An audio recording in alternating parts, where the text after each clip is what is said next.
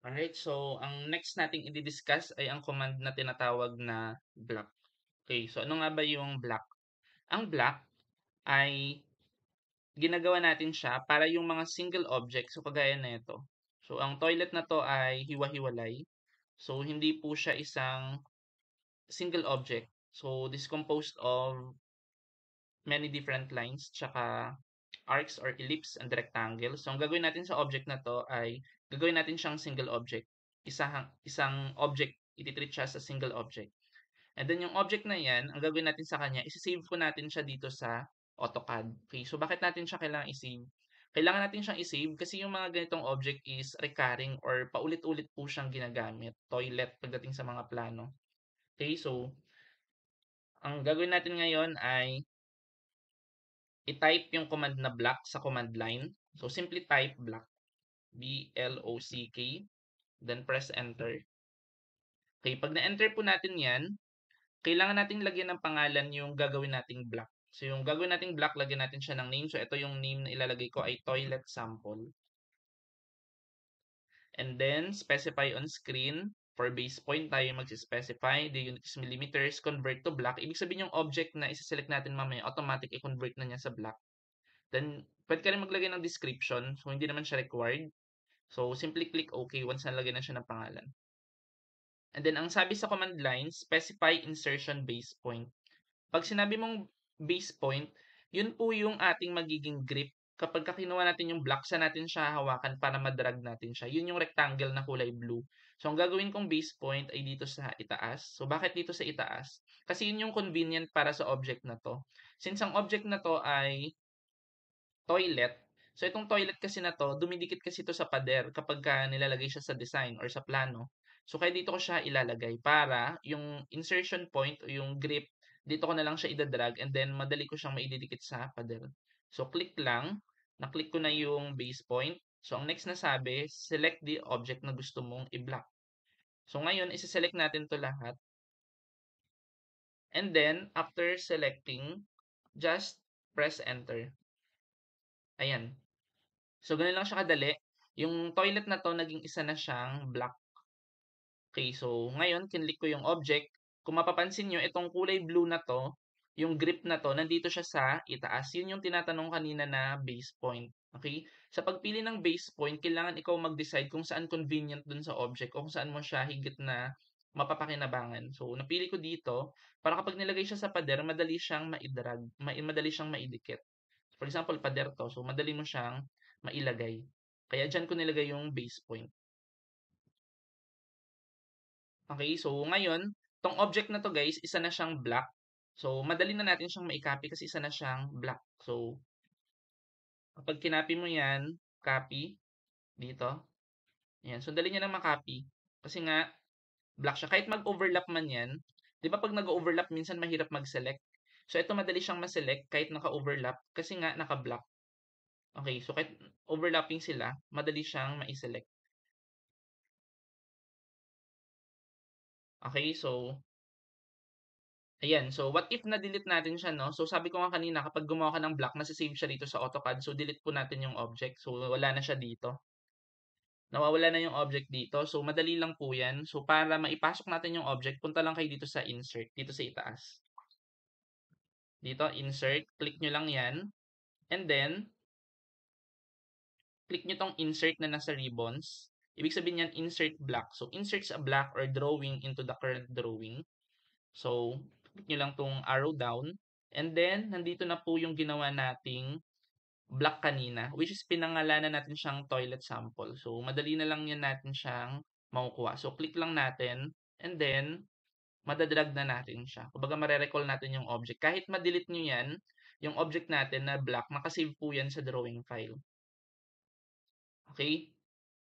So, ngayon, ang gagawin natin is, what if may gusto tayong baguhin dito sa block? So, ang gagawin natin sa kanya, pwede po nating ma-edit yung block. Okay? Ang block, although naano na natin siya, nagawa natin siyang block, ibig sabihin single object na siya, madali pa rin po natin siyang ma-edit. So, paano po natin siya ma-edit? Para ma-edit natin siya, ang tawag kasi doon block editor. So, ang gagawin nyo lang sa kanya, i-double click nyo yung mismong block. Double click nyo yung block and then papakita niya yung block. So, toilet sample. Tama, yan yung edit natin. Then, click OK. Ayan. So, ang nangyari sa block natin ay na-isolate po siya, no? So, wala pong ibang kasama yan dito sa drawing area. Automatic kapag nag-block editor ka, ma-isolate siya. So, ang gagawin natin, maglalagay ako ng bilog dito sa block natin sa gitna. Insert circle. Ayan, maglalagay ako ng bilog. And then, lagyan ko siya ng arc, 3-point arc.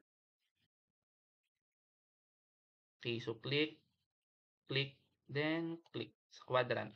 Okay, so ayan na, binago ko. Nilagyan ko siya ng parang flash, pang flash dito. Although may flash na siya dito sa gilid, so pinapakita ko lang na pwede natin siyang ma-edit. So, delete natin to. Say, for example, binago natin yung flash niya. And then, kapag nabago nyo na siya, click nyo lang ay, I think enter ito guys.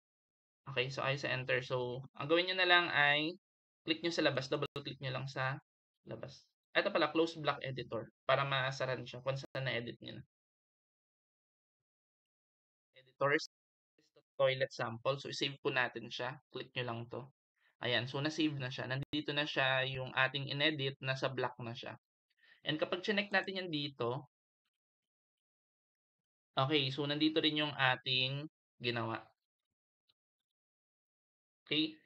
So, ano pa isang paraan para ma-edit mo yung block? So, let's say for example, ayaw mong gamitin yung block editor. So, pwede mong gawin ay, okay, since isang single object siya, ang pwede mong gawin, pwede natin siyang i-explode. So, click nyo lang yung block, then explode. So, ito yung explode. Okay, so click. Ayan, na-explode na po siya. Ayan, kung mapapansin nyo, yung mga object na yan ay hiwa-hiwalay na siya. Okay, na-chop-chop na siya, na-explode na siya. Kaya pwede mo na rin siya ma-edit. So, pwede mo siyang i-edit sa block editor, pwede mo rin siyang i-explode. Kaso nga lang, kapag in-explode mo yan, hindi na po siya black. So, ibig sabihin, para ma-move mo to lahat, kailangan mong i-highlight to lahat or i-select bago mo siya ma-move. Okay? So, kahit na-explode mo yan, yung block po natin, nandito pa rin siya sa insert. Okay? Hindi po siya nawawala. Nasa insert pa rin siya. Kahit na ang ginawa mo ay in-explode mo yan. Or kahit ma-delete mo yan, yung block natin, nandyan pa rin siya na naka-save. Okay? So, delete ko lang to. So, wala na siya sa drawing area. So, pwede ko siyang i-insert dito. So, click nyo lang and then insert. O di kaya click nyo tong more options. And then, kapag mag insert kayo ng block, pwede nyo pong bago-baguin yung kanyang angle. So, kagaya po nito.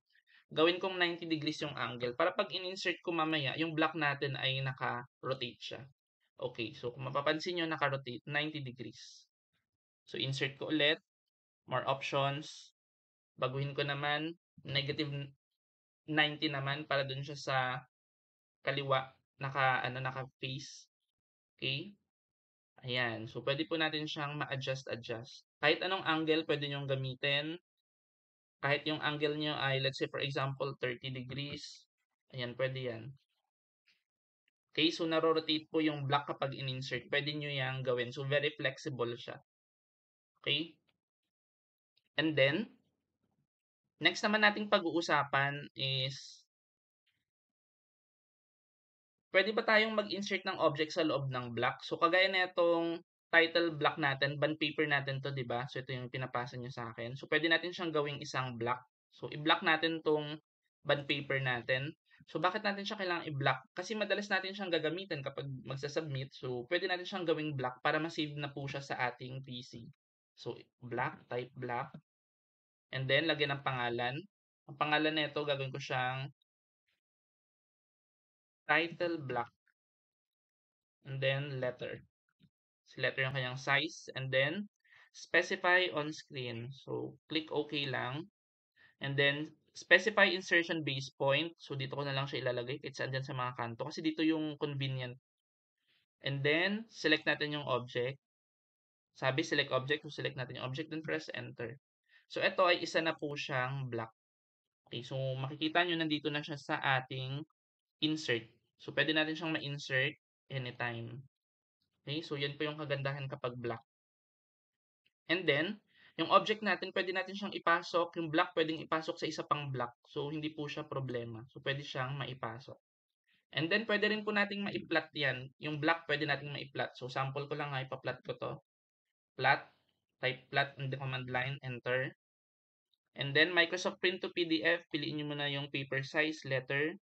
Tapos, gawin nyo siyang drawing to PDF, itong nasa itaas. And then, fit to paper, uncheck, gawin yung millimeter. Dapat 1:1, so pwede nyo ilagay dyan. Or, simply click nyo dito sa custom guys, 1:1. Automatic magwa 1:1. Landscape, then wala na kayong babaguhin dito. Center the plot, and click nyo yung window. Tapos, piliin natin to. Ayan. Next, preview. Okay, so, ang black, pwede rin po natin siyang ma-plot, pwede natin siyang ma-print. So, walang problema dun. Okay, so, cancel ko lang muna kasi di ko naman siya print. Ayan. Yun lang naman po yung black. Okay? So, ngayon alam niyo na kung paano gamitin yung black, ano yung kanyang purpose. So, pwede natin siya magawa dito guys. Oh. Pwede natin siyang i-block para maipasok natin siya dito sa loob. Okay, so try ko lang black. Lagay ko drawing na lang. Drawing 1. Okay. Specify base point. Ang pipiliin kong base point ay yung nasa gitna. Para pag pinasok ko mamaya sa loob, madali na lang siyang maipasok. And then, select object, select ko lahat, enter. Yan, isa na siyang black. Tungkol naman kapag black, may hirapan i-edit kasi kapag ka naka-black. So, hindi mo yan basta-basta madidelete. Hindi ka basta-basta makapag-edit unless i-double click mo para mapasok ka sa edit block. Okay? So, ito ang gagawin ko dito. Ipasok natin siya sa loob ng bond paper.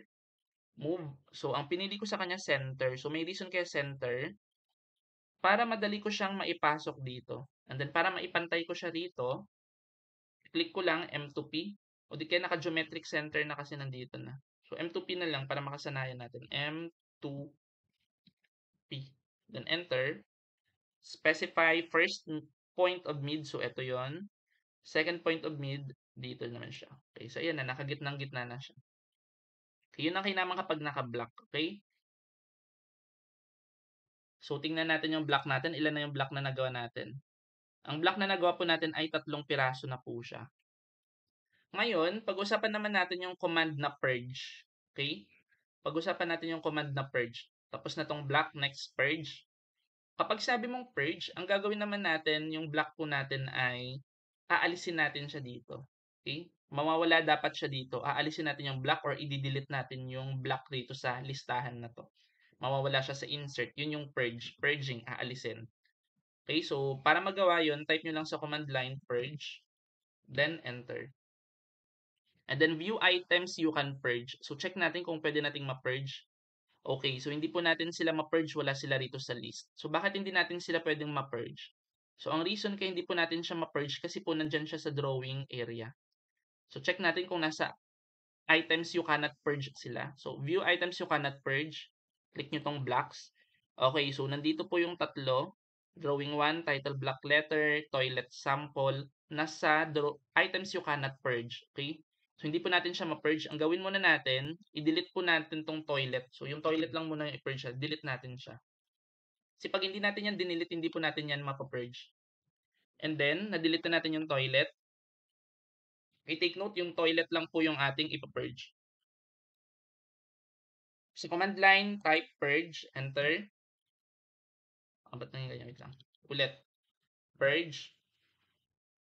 Then enter. View items you can purge. Ano yung pwede nating ma-purge? Double click yung black. Okay, nandito na po yung toilet. So, kaya napunta yung toilet dito kasi dinilit natin siya dito sa drawing area. Kanina nung hindi natin siya dinidelete, hindi po natin siya ma-purge or maitanggal. So, alisin na natin yung toilet. So, highlight nyo lang yan. Click nyo siya. And then, purge. Confirm each item to be purged. And then, purge lang po natin siya. You are toilet sample. What do you want to do? So, purge this item. Okay, so, ibig sabihin, dapat nawala na po yung purge natin. So, close lang natin to.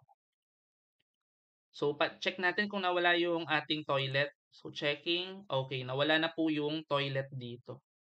Okay, hindi na block yung toilet. Nawala na siya sa list ng mai-insert natin na block. So, pwede nating alisin, pwede nating ilagay. Okay? Pag nilagay nyo lang, simply gawin nyo lang siyang block. Kapag inalis nyo yung block, type nyo lang yung purge. Okay? So, napakadali lang. And then, hanggang dito lang muna yung topic natin sa block and purge. Ang next kong i-discuss is yung line.